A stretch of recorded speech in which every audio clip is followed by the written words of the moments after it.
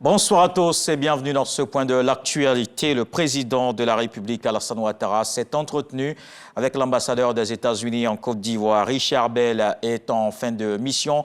Le chef de l'État s'est réjoui de la coopération entre les deux pays, notamment au niveau du Millennium Challenge Corporation dans le domaine de la santé et du soutien à l'économie ivoirienne. Awa Touré. L'ambassadeur des États-Unis en Côte d'Ivoire, en fin de mission, est venu prendre congé du président de la République Alassane Ouattara.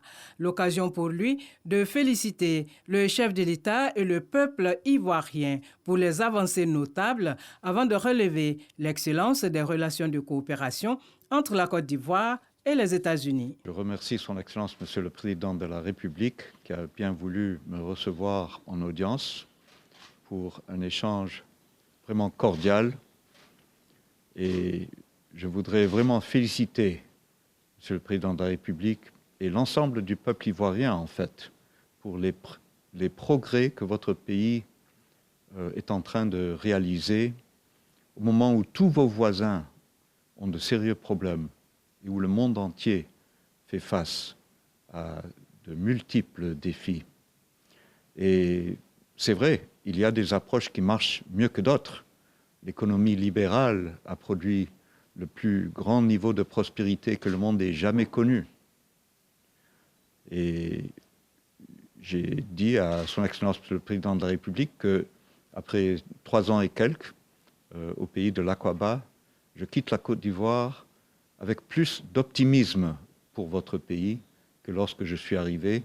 Et déjà, j'étais optimiste à mon arrivée parce que déjà la Côte d'Ivoire impressionnait. Le président de la République, Alassane Ouattara, a pour sa part indiqué que les États-Unis demeurent un partenaire essentiel et de premier plan pour la Côte d'Ivoire. Je tenais, monsieur l'ambassadeur, à vous dire combien nous sommes honorés de la contribution que vous avez apportée à notre pays pendant ces années, 3 ans et demi.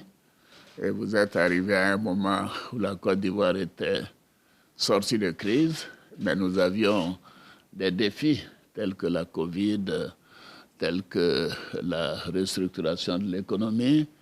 Et les États-Unis nous ont apporté leur soutien, que ce soit dans le domaine de la santé, du sida, du Covid, mais également avec le MCC.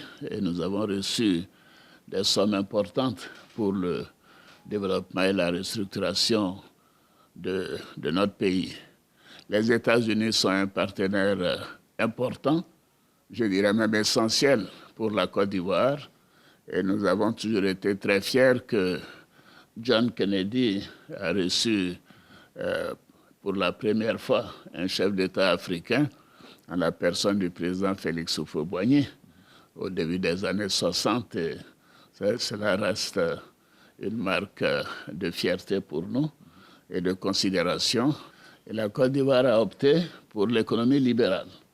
Et ceci a été une bonne chose pour notre pays, parce qu'on voit aujourd'hui que ce soit en taux de croissance, que ce soit au niveau des investissements dans le social, que ce soit l'ouverture de l'économie, la transformation de l'économie, que nous sommes parmi les premiers pays du continent africain, et je dirais même dans le monde. Donc nous avons bien choisi nos partenaires, et les États-Unis sont un partenaire de premier plan, et je voudrais vous demander de remercier les autorités américaines, et notamment le président Biden, pour le soutien qu'il nous apporte, et aussi dire que les Ivoiriens demeurent des amis du peuple américain.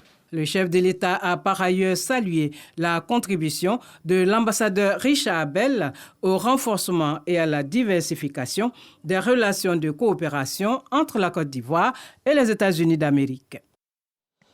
Et puis vous le savez, 2023, c'est l'année de la jeunesse et le gouvernement est à pied d'œuvre pour traduire en acte la décision du président de la République, Alassane Ouattara. Des consultations se tiennent depuis hier lundi à l'auditorium de la CNPS. Il est question de promouvoir davantage la participation des jeunes à la gouvernance et présenter les opportunités d'insertion socio-professionnelle.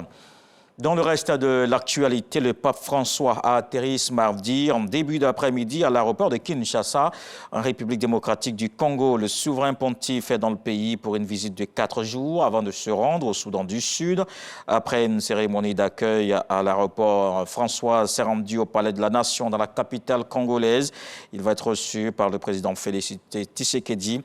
Un discours est ensuite prévu devant les autorités, le corps diplomatique et les représentants de la société civile. Dans un pays miné par le conflit à l'Est, les propos du chef de l'Église catholique sont particulièrement attendus. Et nous vous attendrons à 20 h dans la grande édition. À suivre tout de suite les infos régionales.